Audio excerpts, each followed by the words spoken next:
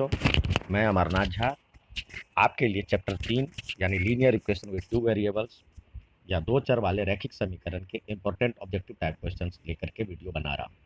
इस वीडियो में आप कुछ ऐसे सवाल देखेंगे जो बहुत आसान है और हम कई बार उसको छोड़ देते हैं और बहुत आसानी से बनाया जा सकता है, तो उस पर चर्चा करेंगे। जैसा कि आपको पहले से ज्ञात है कि ऑब्जेक्टिव टाइप क्वेश्चंस का बहुत बड़ा योगदान है, क्योंकि कुल 32 नंबर ऑब्जेक्टिव टाइप क्वेश्चन पे डिपेंड है। तो आप आइए देखें और समझें। जो अब तक मेरा चैनल सब्सक्राइब नहीं किया है वो ज़रूर कर लें, लाइक और शेयर ज़रूर करें और इस वीडियो को अंत तक देखें। देखिए क्वेश्चन किस प्रकार के आते हैं। यहाँ दिया हुआ यदि 3x plus y equal to 22 6 के एक हल है तो के का मान ज्ञात कीजिए। यानी इफ 6 के सॉल्यूशन ऑफ दिस इक्वेशन, तो जब सॉल्यूशन है 6 के यानी x के बदले x बराबर यहाँ पे 6 और y इजकल टू के रखें तो इक्वेशन का वैल्यू ये LHS बराबर RHS हो जाना चाहिए। तो यहाँ पे रखें 3 गुने 6 इस इक्वेशन में, प्लस y की वैल्यू हमारे पास क्या है, k है। ये वाला पहले x कोऑर्डिनेट में हम लिखते हैं, पहले x और y, तो y का वैल्यू हम डालें k इजकल टू 22। तो 6 18 और 18 प्लस के इजकल टू 22। जब इसको सॉल्व करेंगे तो के की वैल्यू इधर आकर के सब्सट्रैक्ट कर देंगे तो 18 4 22 4। ठीक है, अब नेक्स्ट सवाल देखते हैं। यहाँ पे गलती से गलत टाइप हो गया है, तो यहाँ पे माइनस होगा, ये माइनस रखें। ठीक है, ये माइनस समझें। यदि दिया हुआ है a x plus b y equal to a square minus b square और b x plus a y equal to 0, तो एक्स प्लस वाई का मान ज्ञात करें।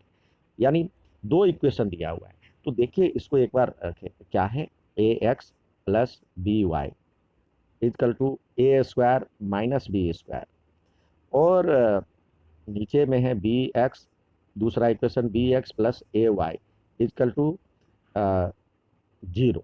दोनों को प्लस कर देते हैं, प्लस करते हैं दोनों को इक्वेशन को, तो क्या होता है, ये हो जाएगा ए प्लस बी एक्स प्लस, और ये भी हो जाएगा ए प्लस बी, दोनों को प्लस कर रहे हैं, a plus b y equal to a square minus b square.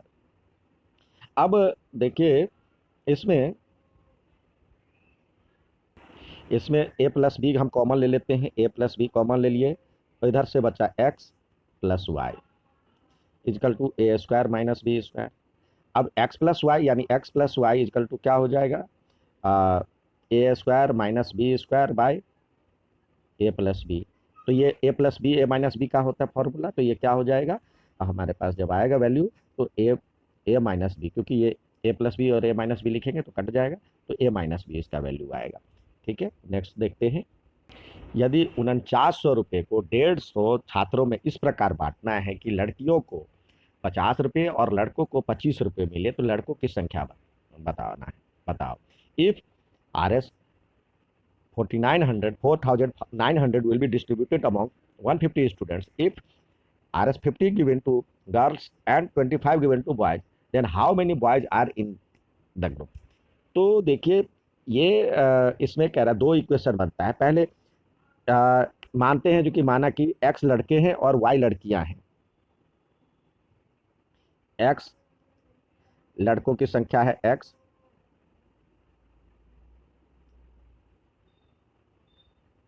और y बराबर में लड़कियों की संख्या, यानी नंबर ऑफ गर्ल्स। तो एक इक्वेशन कुल टोटल स्टूडेंट कितने हैं, यहाँ पे 150 दिया हुआ है, तो x plus y equal to 150। ठीक है, अब कह रहा है लड़कों को 50 लड़कियों को 50 रुपये और लड़कों को 25 मिले, तो लड़के कितने हैं, लड़के x है तो x को 25 से गुना करेंगे, 25 इतने रुपये, और लड़कियां हैं y तो उसको 50 से गुना करें, और कुल मिलाकर के कितने रुपए हैं, 4,900। अब ये दो इक्वेशन हो गया। तो यहाँ पे हम इस इक्वेशन में 25 कॉमन ले लेते हैं, 25 कॉमन ले लेते हैं तो बना x plus 2y equal to 4900। तो x plus 2y equal to हो जाएगा 49200 और अपॉन में 25, इसको डिवाइड करते हैं तो ये आएगा 196। अब हमारे पास एक इक्वेशन आ गया, ये एक इक्वेशन आ गया, ये x plus y equal to 150, और दूसरा इक्वेशन आपके पास आ गया था ये x plus 2y equal to 196। तो यहाँ पे लिखें x plus 2y equal to 196, subtract करते हैं तो ये यहाँ पे ये तो कट जाएगा, ये हो जाएगा माइनस वाई इजकल टू -46। तो y की वैल्यू आ गया आपके पास, y की वैल्यू आ गया आपके पास ये 46। तो x plus y equal to 150 था, तो x की वैल्यू आ जाएगा 150 में से सब्सट्रैक्ट करें तो 150 माइनस 46 सब्सट्रैक्ट करेंगे तो ये आ जाएगा 104। तो लड़कों की संख्या 104 आ गया। नेक्स्ट देखते हैं, के किस मान के लिए इस इक्वेशन के एक ही हल होंगे। तो एक इक्वेशन का एक ही हल होने के लिए क्या चाहिए, आपको पता है इक्वेशन का हल होने, एक ही हल होने के लिए a1 अपॉन में a2 is not equal to b1 upon में b2 होना चाहिए, तभी एक ही हल होता है। तो यहाँ पे a1 के लिए क्या है, k, x का कोफिशिएंट है, यहाँ पे क्या है 6 is not equal to y का कोफिशिएंट यहाँ पे -1 और यहाँ पे -2, तो ये माइनस माइनस कट जाएगा।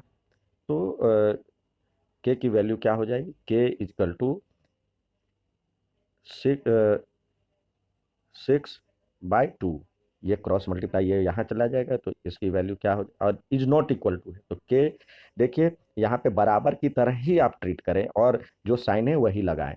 तो क्या है, के इज नॉट इक्वल टू 3। ठीक है, नेक्स्ट देखते सवाल। नेक्स्ट दिया हुआ है 3x plus 2y equal to 5 और 2x minus 3y is equal to 7 के कितने हल होंगे।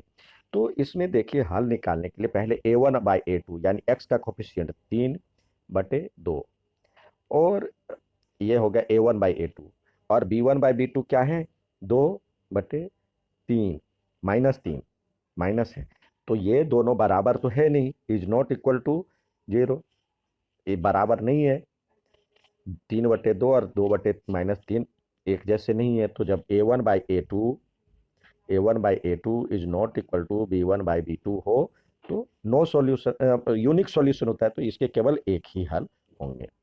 ठीक है, नेक्स्ट देखते हैं सवाल।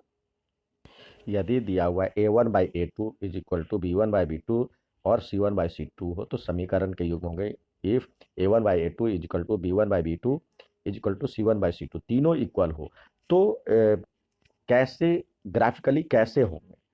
जब तीनों बराबर हो तो क्या होता है, अब एक बार देखें, ध्यान दें, a1/a2 और is not equal to b1/b2 हो तो इसका मतलब होता है प्रतिच्छेदी रेखा, और यदि पहला बराबर हो b1/b2 और यहाँ पे is not equal to c1/c2 हो तो एक दूसरे के से कभी नहीं मिलेगा, यानी समांतर रेखाएं होंगी और यानी पैरेलल लाइंस। और यदि ये c1/c2 तीनों बराबर हो तो संपाती, यानी एक ही लाइन पे दूसरा ओवरलैप हो जाता है तो संपाती रेखा कहलाता है। तो यहाँ पे ग्राफिकली रिप्रेजेंटेशन इस तरह से होता है, तो ये इस पे संपाती रेखा यानी कोइंसिडेंट कहते हैं।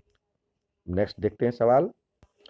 के किस मान के लिए 2x minus 3y plus 10 is equal to 0 तथा 3x plus k y plus 15 is equal to 0 एक दूसरे के संपाती होंगे, यानी फॉर व्हाट वैल्यू ऑफ के 2x माइनस 3y और plus 10 and 3x plus k y plus 15 are coincide यानी coincident. तो अब यहाँ पे देखिए क्या है, a1 के बदले क्या है, a1/a2 लिखे सीधे, के का कोफिशिएंट 2/3।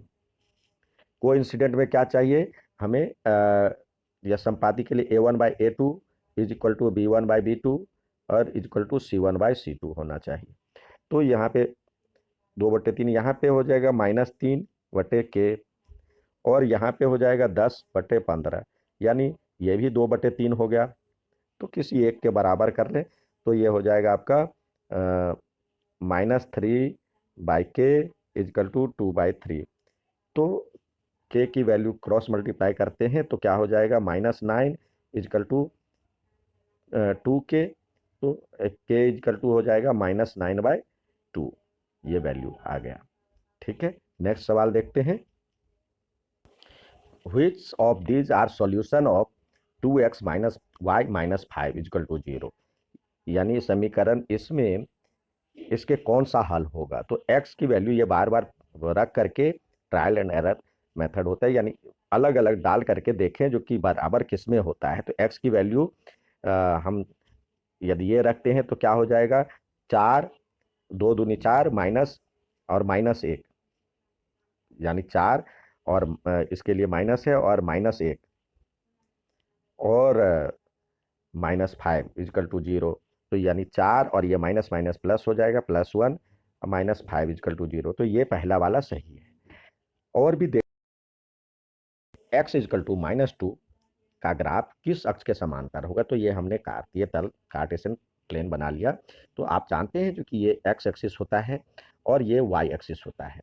अब x इजकल टू -2 किधर होगा, ये ओरिजिन है, -2 यह 0 मतलब इधर होगा।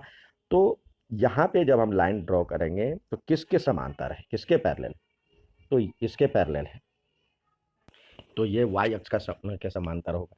इसी तरह आपसे पूछा जा सकता है y इजकल टू कुछ दे दे, तो y इजकल टू कुछ हो तो किस अक्ष के समानांतर होगा, x अक्ष के समानांतर होगा। ठीक है, अब नेक्स्ट देखते हैं।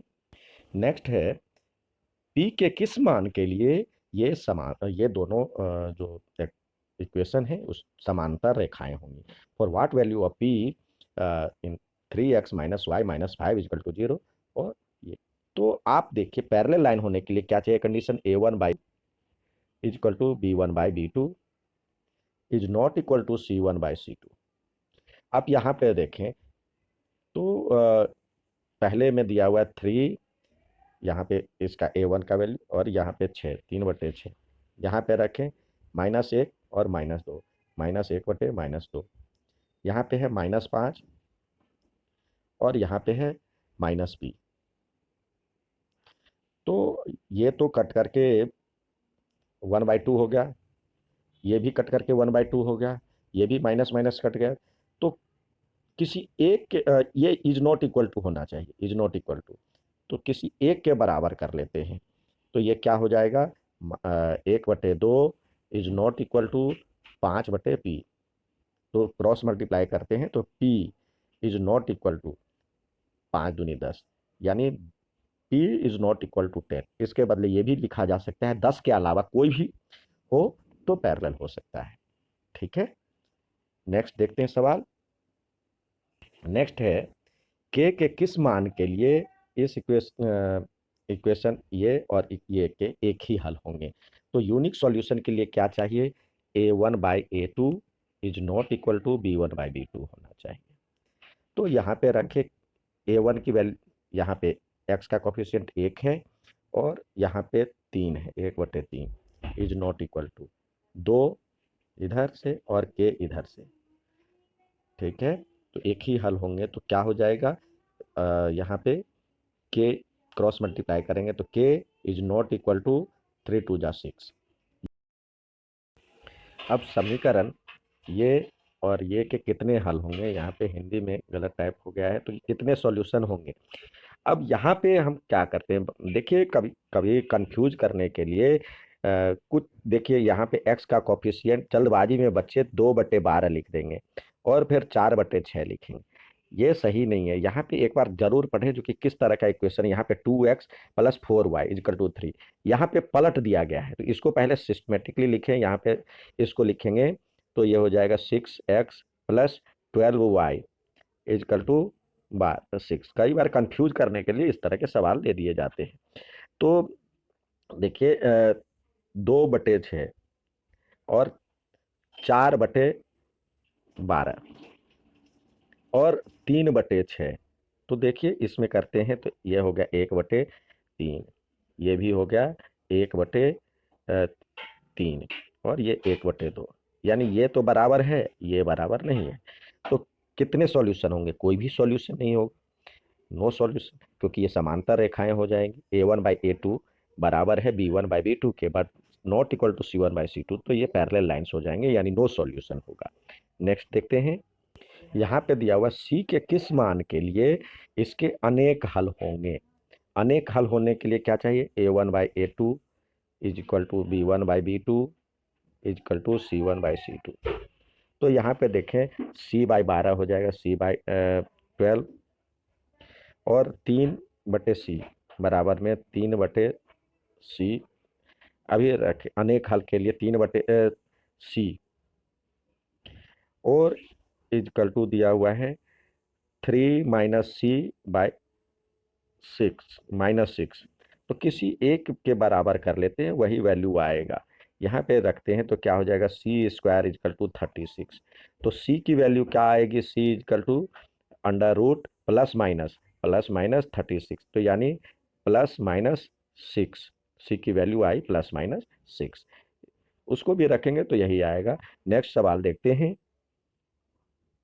इसमें दिया हुआ के किस मान के लिए इसके अद्वितीय हल होंगे, यानी यूनिक सॉल्यूशन होंगे। तो यहाँ पे हम रखे, देखिए K/3 अद्वितीय हल के लिए क्या चाहिए? Is not equal to A1/A2 is not equal to B1/B2, यानी 2/6।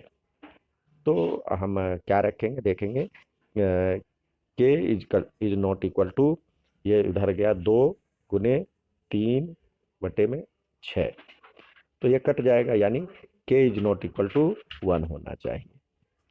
नेक्स्ट देखते हैं, इसमें कह रहा है समीकरण y इजकल टू 0 और y इजकल टू -5 के कितने हल होंगे। तो देखिए दोनों y पे ही दिया है, वैसे भी बनाना चाहें, ग्राफ पे बनाना चाहेंगे तो y इजकल टू 0 तो यही लाइन हो गया, और y इजकल टू -5 इधर की ओर आएगा, तो नो सॉल्यूशन होगा। और वैसे पैरेलल लाइन है तो नो सॉल्यूशन होगा। यहाँ पे देखिए, इसको यदि रखते हैं ए, हमारे पास स्टैंडर्ड फॉर्म क्या होता है? ax + by is equal to c। तो यहाँ पे देखिए पहले वाले में ये वाला टर्म कुछ नहीं है, तो यानी A1 बराबर में 0, तो ये 0, इसमें भी कुछ नहीं है तो 0/0। और दूसरे में क्या है? B1/B2, तो यहाँ पे भी 1 है, यहाँ पे भी 1 है, तो 1/1 दोनों बराबर है। और C1/C2 यहाँ पे 0 है, यहाँ पे -5 है, तो 0/-5 ये तो बराबर नहीं है, तो ये इज नॉट इक्वल टू, ये बराबर है, तो पैरेलल लाइंस है।